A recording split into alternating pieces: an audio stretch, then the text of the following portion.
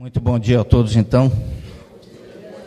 Agradecemos a Deus por mais essa oportunidade que Ele nos oferece para falar sobre esse tema, mediunidade, do Pentecostes aos dias atuais. Há mais de 3.300 anos, o povo hebreu, que sempre se caracterizou por um profundo sentimento de religiosidade, costumava agradecer a Deus pela boa colheita,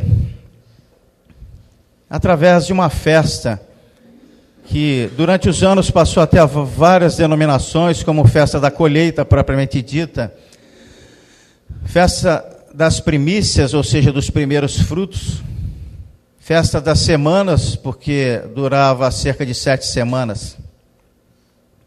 Com o tempo, mudaram o nome dessa festa para Festa de Pentecostes.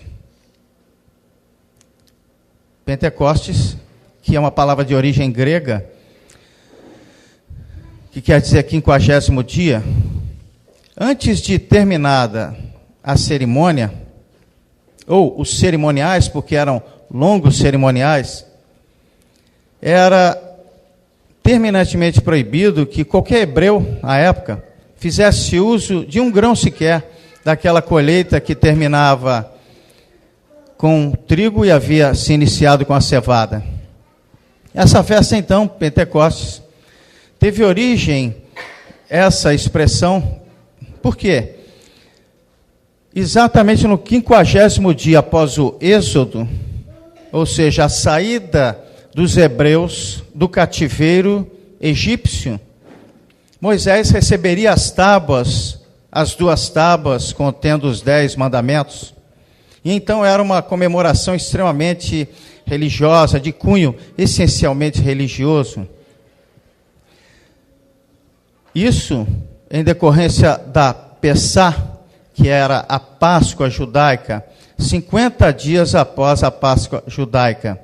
Por que nos referimos aqui à Páscoa judaica? Porque passagem quer dizer Páscoa. A passagem do anjo exterminador que culminou justamente no Êxodo. Mas alguém indagará, por que uma expressão grega para uma festa eminentemente e essencialmente hebraica? Isso se deveu ao domínio cultural que a Grécia exerceu no mundo desde o ano 330 aproximadamente antes de Cristo. Haja vista que, por exemplo, os evangelhos foram escritos em grego koiné, que quer dizer grego comum, que era a língua corrente do Oriente à época. Tratava-se, então, de uma festa ecumênica, da qual participavam os senhores das terras, os servos, os escravos, os forasteiros.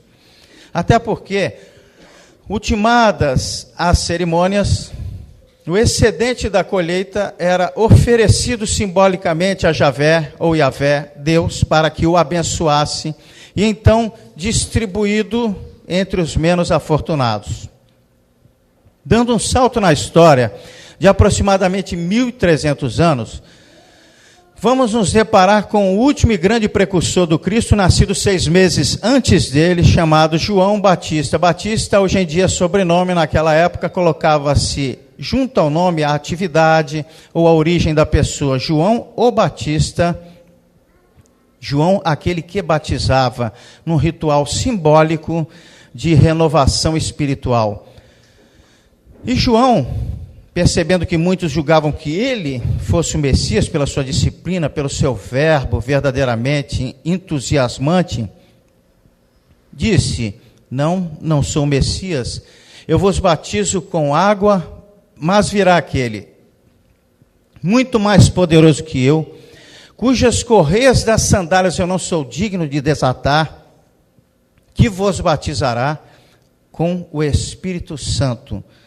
Enfim, e Jesus então vem, e durante 3 anos de uma missão, diga-se passagem, 3 anos que foram suficientes para iluminar o mundo inteiro, ele se deixa, porque essa é a expressão, ele fez o seu tempo exatamente como queria, deixa-se aprisionar num lugar aprazível do Monte das Oliveiras chamado jardim do Getsêmani. Mas, depois da crucificação, depois da Via Cruz, Jesus, durante 40 dias, surgiu aos apóstolos e discípulos cerca de 18 vezes, plenamente materializado, justamente para exortar aos discípulos e apóstolos para que eles não dispersassem, para que não saíssem de Jerusalém, porque dentro de 40 dias seriam batizados pelo Espírito Santo, o batismo da mediunidade. Então, as comemorações de Pentecostes perduravam até então. 1.300 anos haviam se passado até o momento em que Jesus esteve na terra e o momento de Moisés. E então Jesus escolheu, como muitas vezes fazia, exatamente aquele dia de Pentecostes para que se inaugurasse, por assim dizer, a mediunidade sob o seu comando. E era proposital porque naquele memorável dia, judeus espalhados pelo mundo inteiro, diversas partes do mundo, afluíam até Jerusalém, e o que é mais importante, trazendo companheiros de outras nações, justamente para presenciar aquela festa. Segundo o livro de Atos dos Apóstolos, creditado a Lucas, encontravam-se sentados no chão, porque não havia cadeiras naquela época, numa cabana, num toldo, numa tenda, cerca de 120 discípulos e apóstolos, notadamente médios de efeitos físicos. E então, estava prestes a ter início a primeira reunião mediúnica sob o comando direto de Jesus. Foi quando começaram os fenômenos de efeitos físicos. O primeiro deles, extremamente significativo, porque foi um verdadeiro estrondo, um som como de um vento impetuoso, palavras do Evangelho, invadiu todo o ambiente onde eles se encontravam. Foi, repito, um grande estrondo, tanto assim que propositadamente atraiu aqueles que estavam do lado de fora, em meio às comemorações ruidosas, e ali puderam presenciar os demais fenômenos, como línguas de fogo, que desceram do céu e pousaram sobre a fronte de cada um daqueles discípulos médiuns que ali se encontravam, que começaram então a falar línguas estranhas. Que línguas estranhas seriam essas? Línguas de nações. Não eram línguas de anjos que ninguém entende. Línguas de nações para uma finalidade útil, como nos dizia Paulo de Tarso aos Coríntios, capítulo 12, versículo 7, o dom do Espírito é dado a cada um visando a um fim proveitoso. A doutrina espírita denomina esse fenômeno de xenoglossia, ou mediunidade poliglota, em que os espíritos falam através dos médiuns em idiomas que eles desconhecem na atual encarnação. Alguns, não compreendendo aquele fenômeno, perguntavam: estariam os apóstolos e discípulos cheios de mosto, ou seja, o bagaço da uva, rico em álcool, bêbados? Outros, mais conscientes, perguntavam: não são todos esses galileus que nunca saíram de suas terras? Como podemos ouvi-los falar em nossa própria língua? Porque eles não poderiam tê-la aprendido em nenhum lugar. E então havia, mais uma vez, uma finalidade útil. Porque, como eu disse, os judeus traziam habitantes de diversas partes do mundo. Havia ali habitantes da Frígia, da Líbia, do Egito, medos, persas, cretenses, árabes, elamitas, habitantes da Mesopotâmia. Quantos idiomas, quantos dialetos, e cada um daqueles homens, daqueles visitantes, pôde ouvir a voz dos espíritos em sua própria língua, numa tradução simultânea, ouvindo ali os ensinamentos do Cristo. Tão impressionantes foram aqueles momentos, que 3.000 homens se converteram ao que chamamos hoje de cristianismo, mas que na época era a doutrina do caminho, o caminho para Deus. Vejam bem, da mesma forma como os hebreus de antigamente, dos tempos recuados, se reuniam para compartilhar os frutos de uma colheita, agora os novos cristãos se reuniam para compartilhar os frutos da mediunidade, que não ficariam absolutamente restritos ao povo judeu, ao povo hebreu, porque disse Jesus: ao descer sobre vós o Espírito Santo, ou os santos espíritos, como assim entendemos, tereis poder e sereis minhas testemunhas até os confins da terra.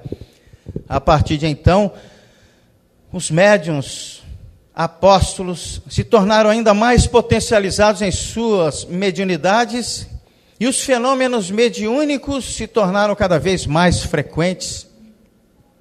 Na página introdutória, páginas de apresentação da obra Mecanismos da Mediunidade, Espírito André Luiz, psicografia Chico Xavier e Valdo Vieira, Emmanuel nos faz recordar daqueles momentos em que Pedro e João começaram a pregar a doutrina de Jesus de maneira belíssima, de forma que já eram cerca de 5.000 seguidores, numa época em que a população mundial era de 700 mil habitantes. E então, como eles começaram a reunir muitas pessoas em torno dos ensinamentos de Jesus, foram aprisionados e interrogados ameaçadoramente pelos sacerdotes do templo. E outras maravilhas surgiram, outras conversões, porque eles ficaram absolutamente espantados, abismados, maravilhados com as respostas de altíssimo teor intelectual, moral e de conhecimento da Torá, que era de poucos. A Torá composta pelos 5 primeiros livros da Bíblia, Gênesis, Êxodo, Levítico, Números e Deuteronômio. Mas porque ficaram tão abismados com a inteligência, com a fluidez verbal de Pedro e João? Porque, segundo o livro de Atos, capítulo 4, versículo 13, Pedro e João eram homens, palavras do Evangelho, incultos, sem letras, ou seja, eles não tinham conhecimento nem sabedoria para, por si só, responderem a tantas perguntas com tamanha lucidez. Palavras do Evangelho, explicando o fenômeno, é que eles estavam cheios de Espírito Santo, ou seja, tomados pela mediunidade, em que os espíritos superiores falavam através deles pela chamada psicofonia. Herodes manda prender Pedro, que então permaneceria vigiado por alguns guardas. À noite, surge um anjo do Senhor, que quer dizer simplesmente mensageiro do Senhor. Aparece diante de Pedro numa luminosidade expressiva. Pedro se assusta, e o anjo lhe diz: levanta-te. E ele diz: mas estou acorrentado. Num fenômeno de efeitos físicos instantâneo, as correntes são destravadas, caem pesadamente no chão. Imagina o barulho que isso fez. E os guardas não despertaram. Por quê? Muito provavelmente eram médiuns inconscientes, que cederam ectoplasma, que nem sempre é visível, para a produção daqueles fenômenos, tanto de materialização, como de destravamento das correntes. Damasco. Aproximava-se Saulo de Tarso daquela cidade, e então, mais uma vez, iria perseguir os cristãos, quem sabe aprisioná-los e até matá-los. Quando então, numa caravana, montado em um animal, ele avista uma luz intensa, luminosa, de onde surge uma voz dizendo: Saulo, Saulo, por que me persegues? E ele cai da sua montaria. Já apavorado com aquela visão, ele pergunta: quem é, Senhor? Demonstrando respeito. Eu sou Jesus, responde a voz, aquele a quem tu persegues. E Paulo, agora quase totalmente convencido daquele poder, submisso à vontade daquele que ele havia acabado de conhecer, o rosto iluminado, pergunta: que queres que eu faça? Entras na cidade e lá te serás dito o que fazer. Interessante observar que todos ouviram a voz de Jesus, todos os homens da caravana, porque se tratou de um fenômeno de psicofonia, que é a voz que todos podem ouvir, mas somente Paulo, então Saulo, viu o rosto de Jesus. Ato contínuo, ele entra na cidade cego como permaneceria durante 3 dias.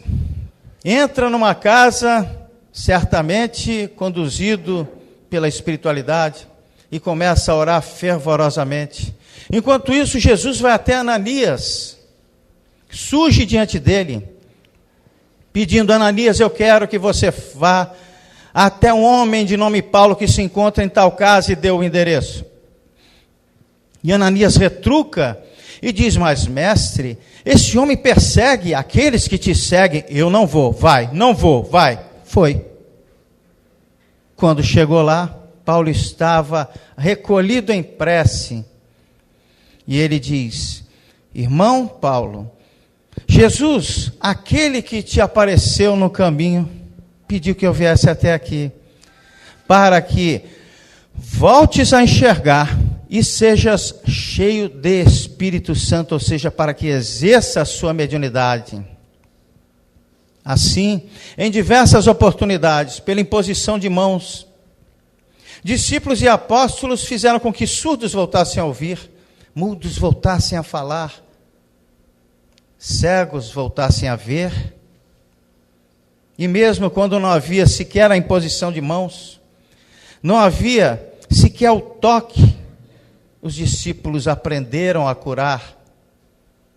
Uma passagem que Pedro observa um homem caído, ele sabia que aquele homem queria a cura para os seus males, mas ele à distância diz: olha para mim, homem, porque ele queria aquilatar talvez o sentido da fé, o nível de fé daquele homem.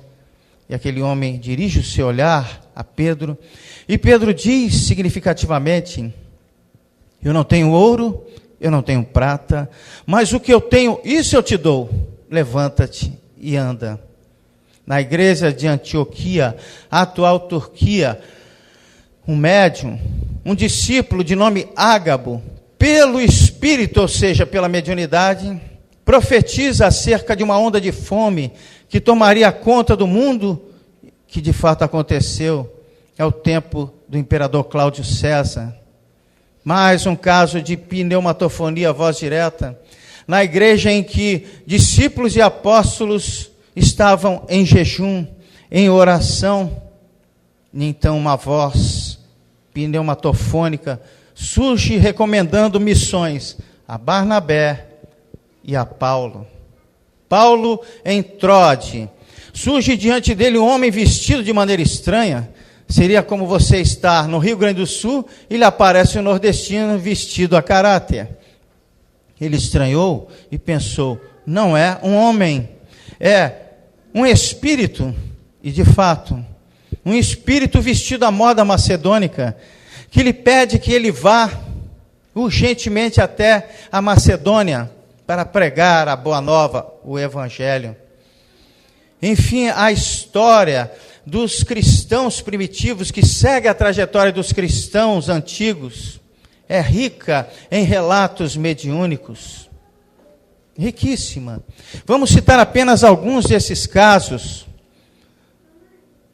chamando esses médiuns de santo e de santa apenas como referência, como São João Crisóstomo, nascido no ano 347 em Antioquia, Turquia. Havia no mosteiro um jovem de nome Próclo, discípulo de João Crisóstomo. Certa feita, ele passou pelo quarto de São João Crisóstomo, e do buraco da fechadura, naquela época, a chave era maior do que esse microfone. Imagina o tamanho do buraco da fechadura. Ele percebeu que havia uma luminosidade intensa que saía por ali. E por debaixo da porta também, e ficou pensando, olhar pelo buraco da fechadura não é algo muito decente de se fazer, mas não se conteve e acabou olhando. E viu que por detrás de São João Crisóstomo havia uma entidade venerável que ditava algo a ele. Não se conteve pela manhã, teve que confessar, olhei pelo buraco da fechadura. Quem era João? Aquela figura sublime que por trás de você ditava algo, e ele disse, é o apóstolo Paulo. Todas as noites vem até mim para ditar algumas anotações, que ele, inclusive, transformou num livro, que é mediúnico, a igreja não sabe disso, intitulado, poderão encontrar facilmente na internet, Comentário às Cartas de São Paulo, um livro mediúnico. Santa Clara de Montefalco, nascida em 1275 na Itália, ela dizia, quando eu oro, vejo vários espíritos à minha volta, muitos deles envoltos em chamas, e ela percebia que estes que se encontravam envoltos em chamas, em condições espirituais lamentáveis, eram sacerdotes da igreja, e ela então enviava cartas aos sacerdotes de diversas comunidades, diversas paróquias, exortando-os, sobretudo, a praticar aquilo que pregavam, porque, segundo ela, muitos deles se encontravam no inferno. Santa Clara de Montefalco, certa feita, afirmou ter assistido a Via Crucis de Jesus, no que é consonante com o que os Espiritismos diz, que no plano espiritual poderemos assistir a vida de Jesus como foi exatamente, com o próprio Jesus, exatamente com os seus protagonistas. E ela disse um dia ter assistido a Via Crucis de Jesus desde o momento do aprisionamento no jardim do Getsêmani até o Gólgota. Santa Brígida de Vadstena, santa da Suécia, nascida no ano 1302, se dizia acompanhada por ninguém menos que São Francisco de Assis, de quem recebia orientações maravilhosas e de cujas mãos saíam raios dourados. Santa Teresa d'Ávila, nascida na Espanha de 1414, dizia, vejo com os olhos da alma muito mais claramente do que vejo com os olhos do corpo físico. Naquela pequena aldeia de Dom Remy, na França, 1412, nascia Joana d'Arc. Joana, uma jovem sem nenhuma instrução, a instrução que o mundo tanto aplaude, mas dotada de uma mediunidade absolutamente retumbante, até diria, porque ela ouvia a voz de São Miguel desde criança, e ela dizia, era como um trovão aos meus ouvidos. E dizia também que quando Santa Margarida e Santa Catarina tocavam, um perfume maravilhoso esplendia, se espargia por todo o ambiente. Joana d'Arc era uma médium impressionante. Sob o seu comando, 200 franceses conseguiam vencer 2.000 ingleses. Uma jovem esquálida, levantando o estandarte, que não era espada, nunca matou ninguém, mas era conduzida pela espiritualidade, para que se mantivesse assim a soberania do povo francês. Ela, que seria queimada numa fogueira infamante, pela mesma igreja que um dia a elevaria à condição de santa. Segundo Emmanuel, a ação de Joana d'Arc, que é uma das encarnações de Judas Iscariotes, foi extremamente importante para que a França pudesse um dia receber a doutrina espírita. E então, depois de 1.800 anos de preparação no além, 1.800 anos de preparação no além, o Espiritismo estava prestes a chegar ao mundo. Antes ocorreria aquilo que Arthur Conan Doyle designou como sendo uma grande invasão organizada. Sim, uma invasão organizada de espíritos desencarnados, mas também de médiuns de efeitos físicos que renasceriam com grandes possibilidades para a produção desses fenômenos. Por quê? Porque, segundo Kardec, seria instaurada a fase da curiosidade, extremamente importante. Espíritos se materializariam de forma patente. Por quê?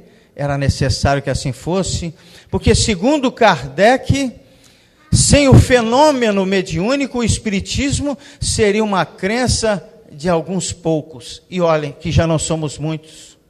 E então nasce na Suécia Emanuel Swedenborg, em 1688.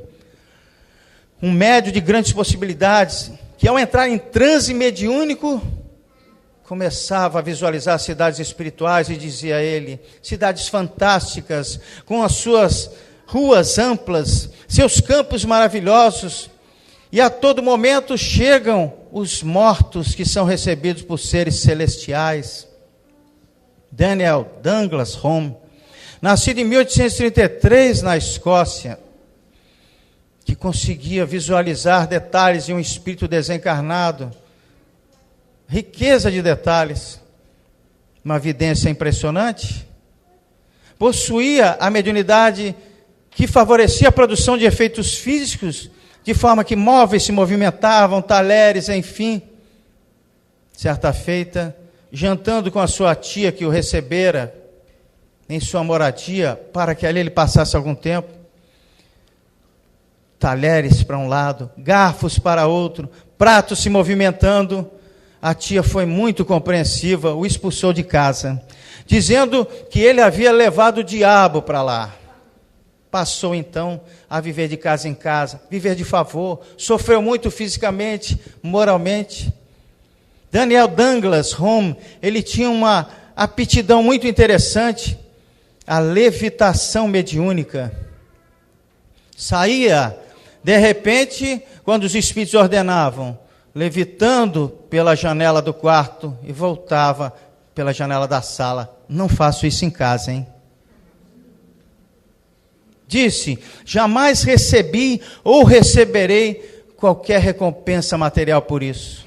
A minha missão é provar a imortalidade da alma e a veracidade do fenômeno mediúnico.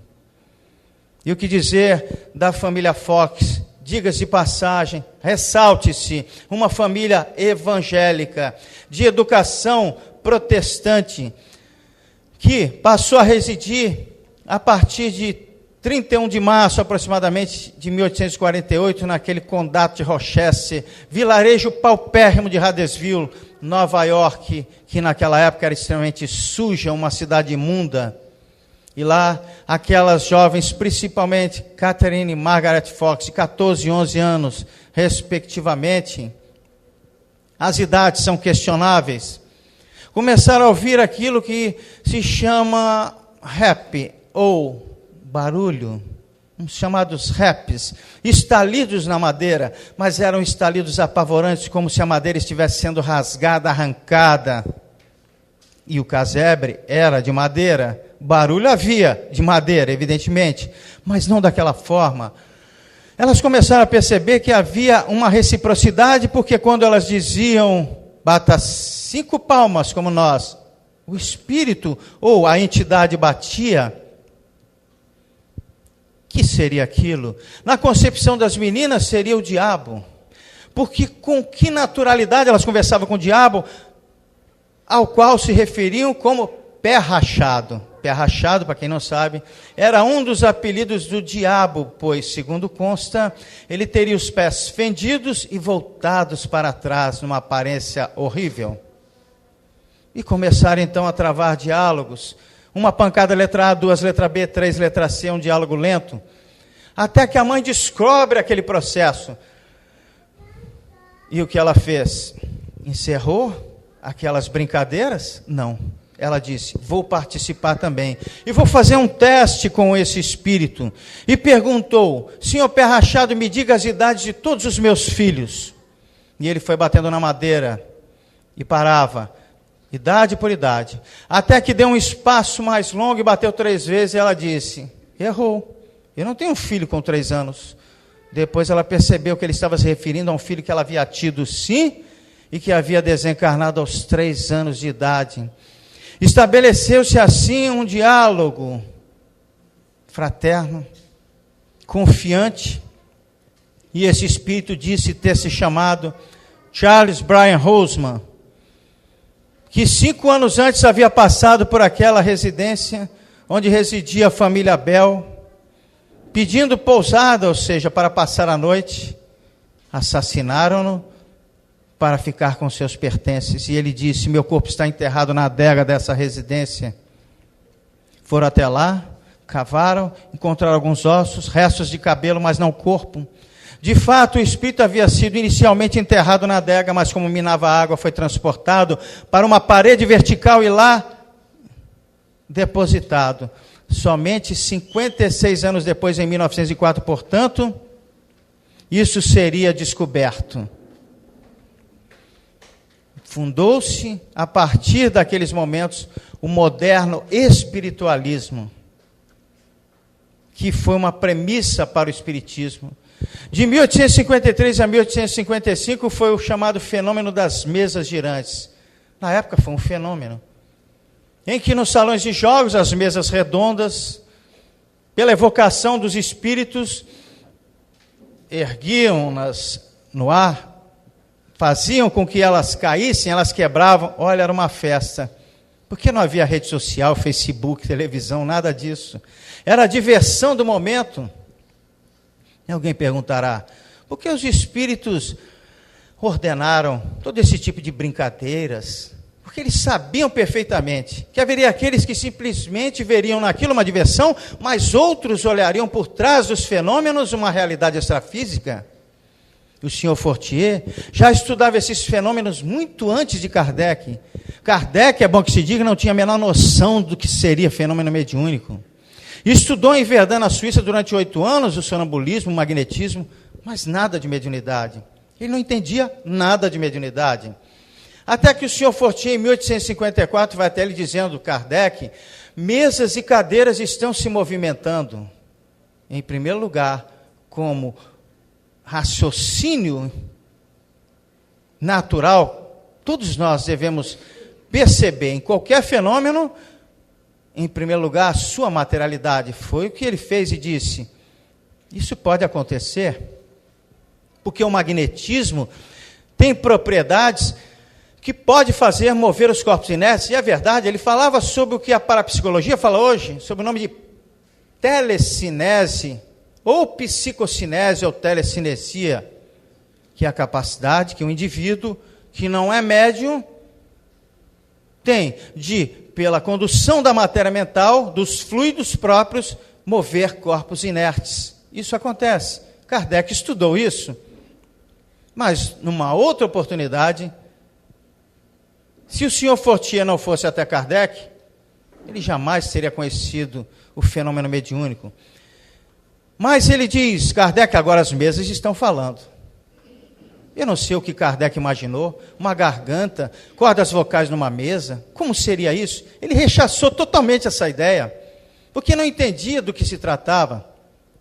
E disse: só acredito quando vires e quando me provar que uma mesa tenha cérebro para pensar, nervos para sentir, ou possa tornar-se sonâmbula. Até lá, permita que eu veja nisso apenas um conto para se fazer dormir de pé. Olha só como ele recebeu pela primeira vez a ideia de um fenômeno mediúnico. Não tinha ideia. Até que em 1855, uma noite de maio, na casa da senhora Plaine-Maison, ele assistiu pela primeira vez o lápis se movimentando sozinho, sem o concurso da mão do médium, sobre a ardósia, um pequeno quadro negro. E então ele percebeu que se tratava, aquela expressão, uma mesa falante, é que convencionava-se, para a direita sim, para a esquerda não.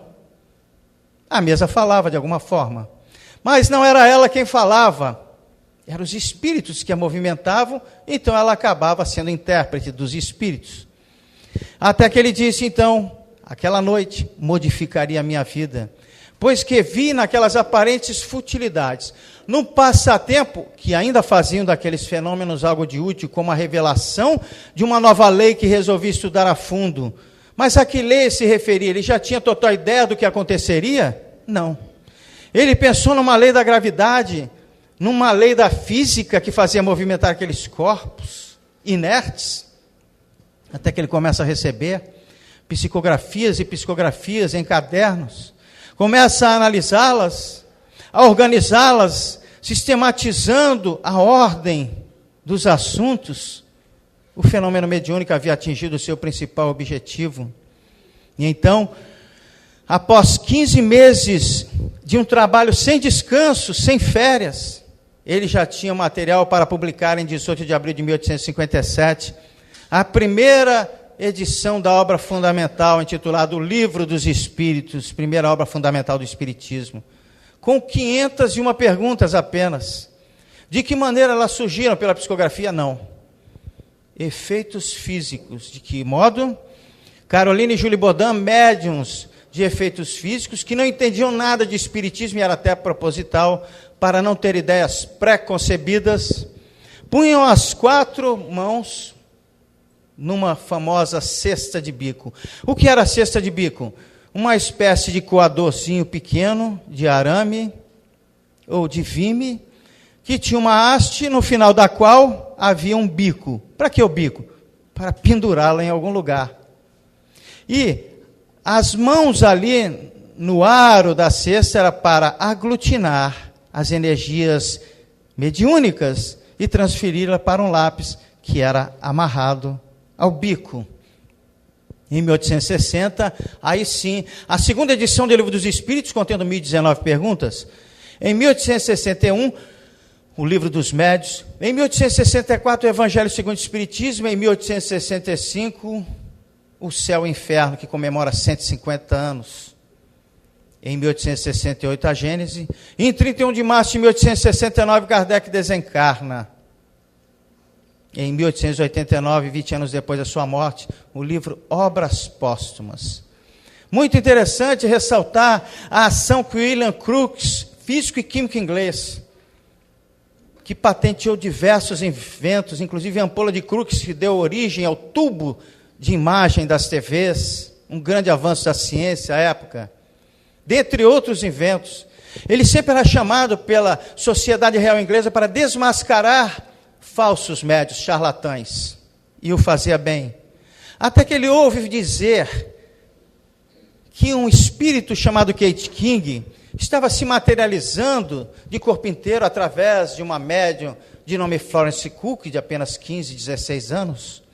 E ele não acreditava na legitimidade daqueles fenômenos, até que um dia, numa noite chuvosa, Florence vai até a sua casa, bate-lhe a porta, ele próprio atende e ela diz: sei que duvidas da legitimidade dos fenômenos que são produzidos através da mediunidade que disponho, então a partir de hoje, resolvo submeter-me a todo tipo de critérios e experiências científicas que deseje. Sua esposa poderá vestir-me e desvestir-me com as roupas que quiser. Poderei dormir onde quiser, poderá vigiar-me o tempo que quiser, com uma condição: se descobrires que eu sou uma impostora, leva-me às autoridades competentes. Mas se perceberes que os fenômenos que são produzidos através de mim são legítimos, diga isso ao mundo. Colocou o cientista contra a parede. Por quê? O que ela queria? O atestado científico da imortalidade da alma e da veracidade do fenômeno mediúnico.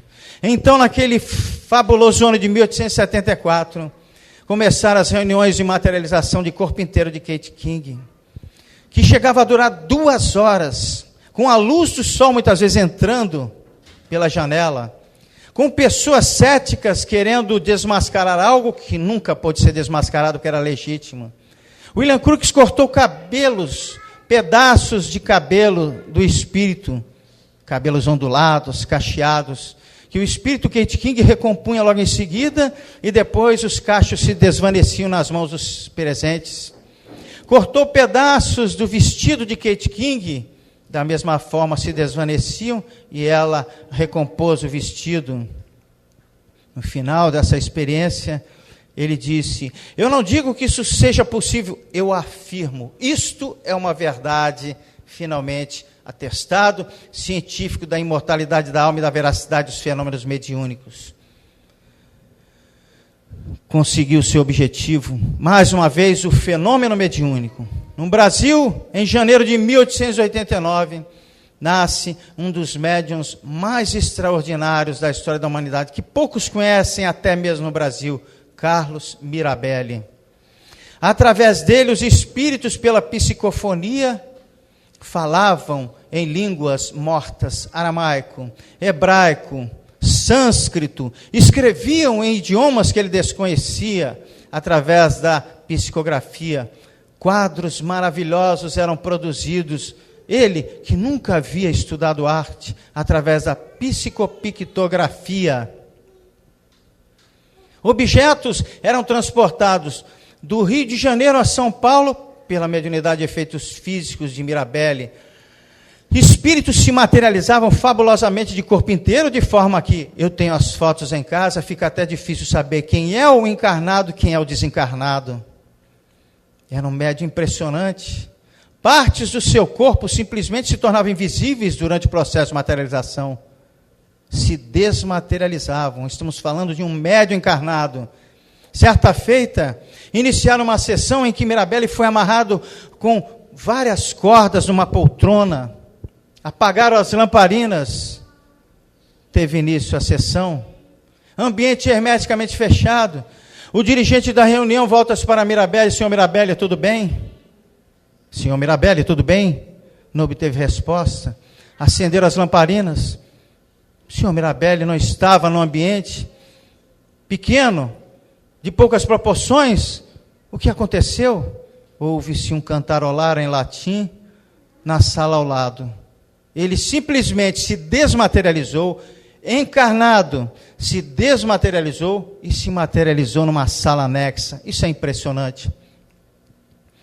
2 de abril de 1910, nasce em Pedro Leopoldo a maior antena paranormal da humanidade, segundo Divaldo, Chico Xavier, Francisco Cândido Xavier. Um homem interexistente.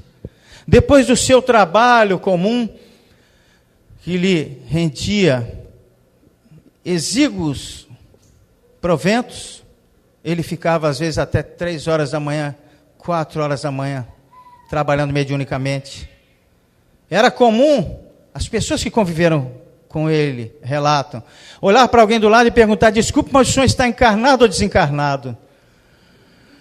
Um homem interexistente. Aos 17 anos recebeu as suas primeiras páginas psicografadas. Aos 22, o primeiro livro, Parnaso do Além-Túmulo, em 1932, portanto. Neurologistas já concluíram que um só homem jamais poderia desenvolver um livro com tantos estilos literários como esses que nós vemos nessa obra Parnaso do Além-Túmulo. Seria impossível para um único cérebro, só a mediunidade justifica.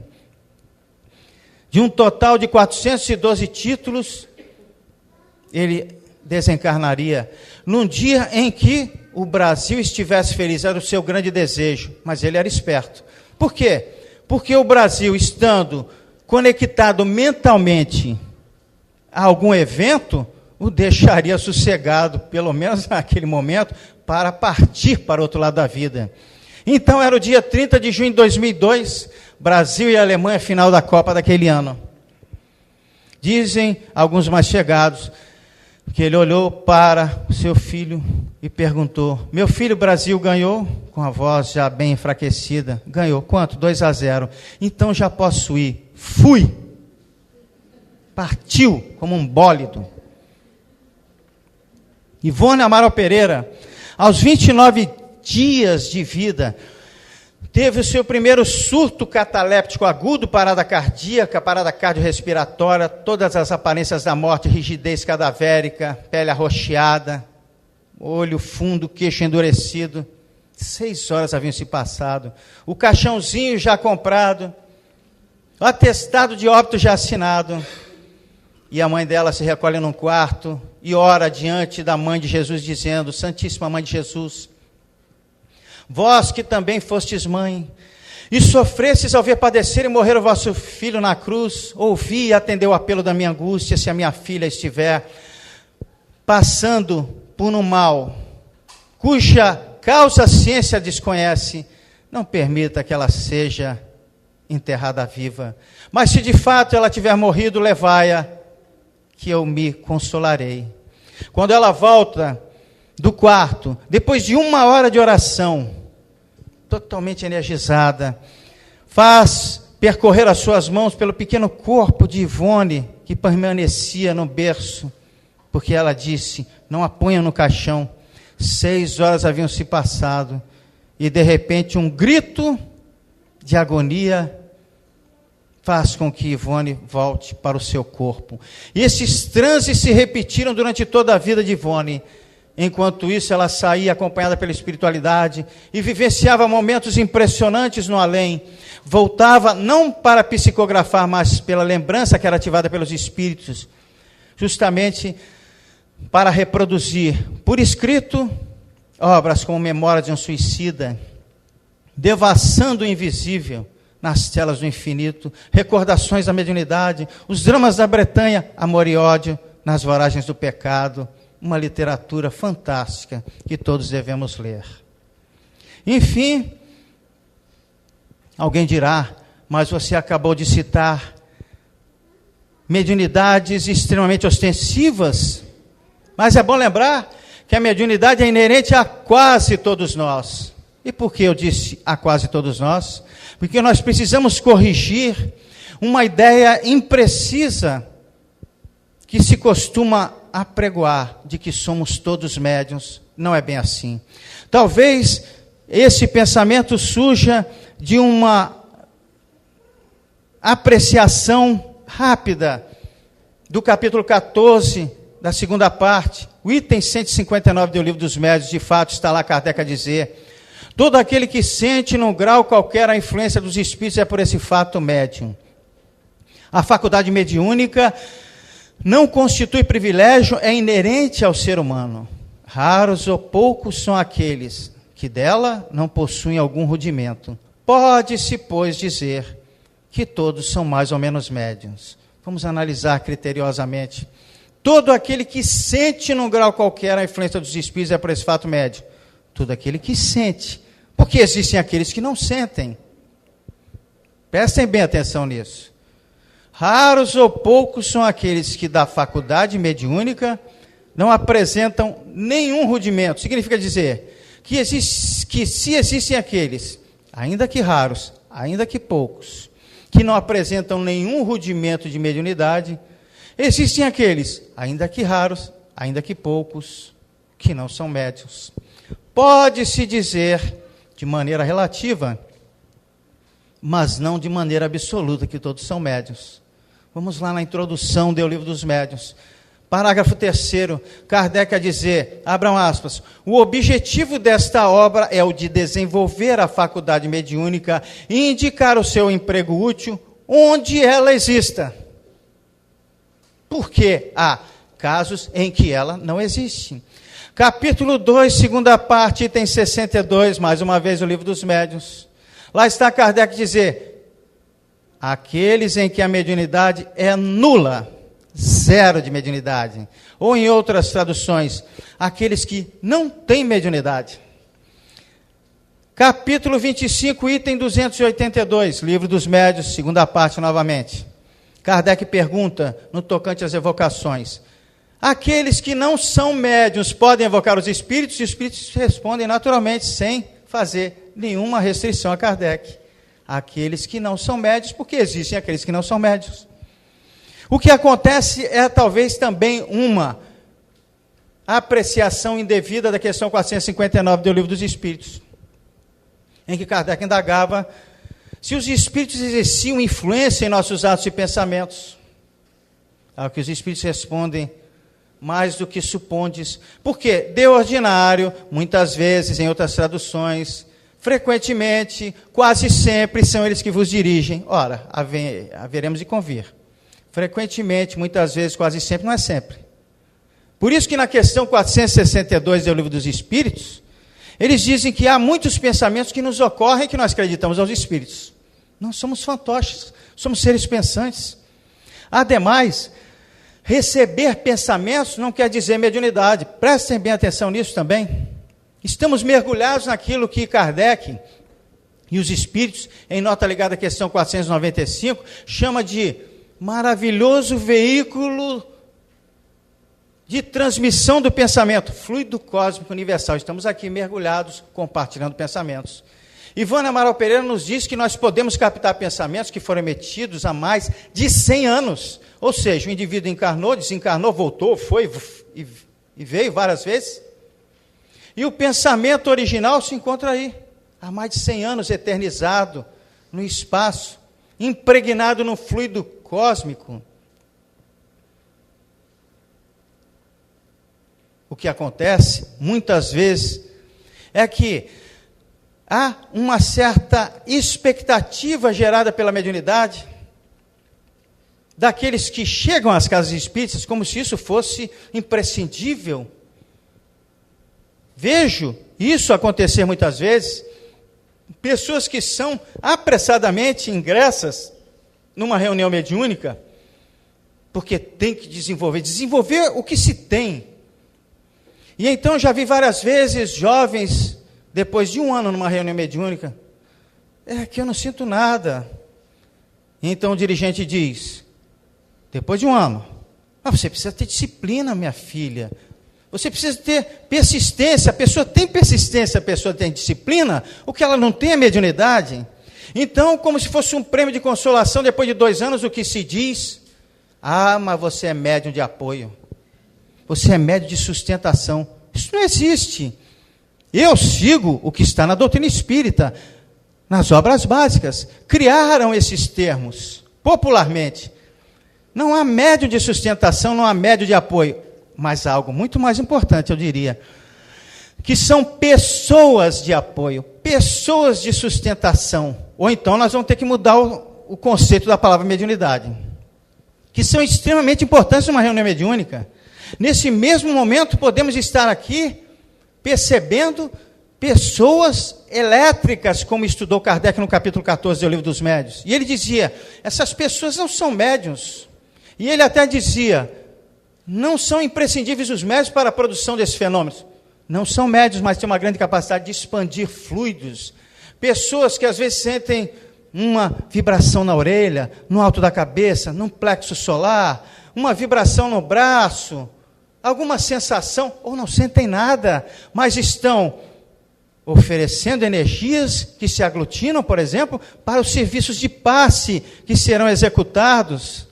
São extremamente importantes.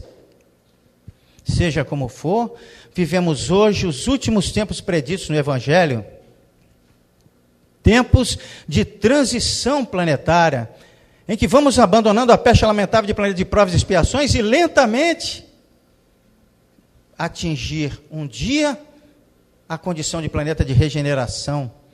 Isso nos faz recordar das palavras de Joel no Velho Testamento, que foram repetidas por Pedro em Atos dos Apóstolos, capítulo 2, versículo 17, quando ele disse, e acontecerá, diz o Senhor, que nos últimos tempos eu derramarei do meu espírito por sobre toda a carne, vossos filhos e filhas profetizarão, vossos jovens terão visões e vossos velhos serão instruídos por sonhos. A mediunidade é exatamente essa luz derramada por sobre toda a carne, por sobre toda a humanidade, e recepcionada de acordo com as nossas possibilidades, de acordo com as nossas faculdades. Muito obrigado a todos e até uma próxima oportunidade, se Deus quiser.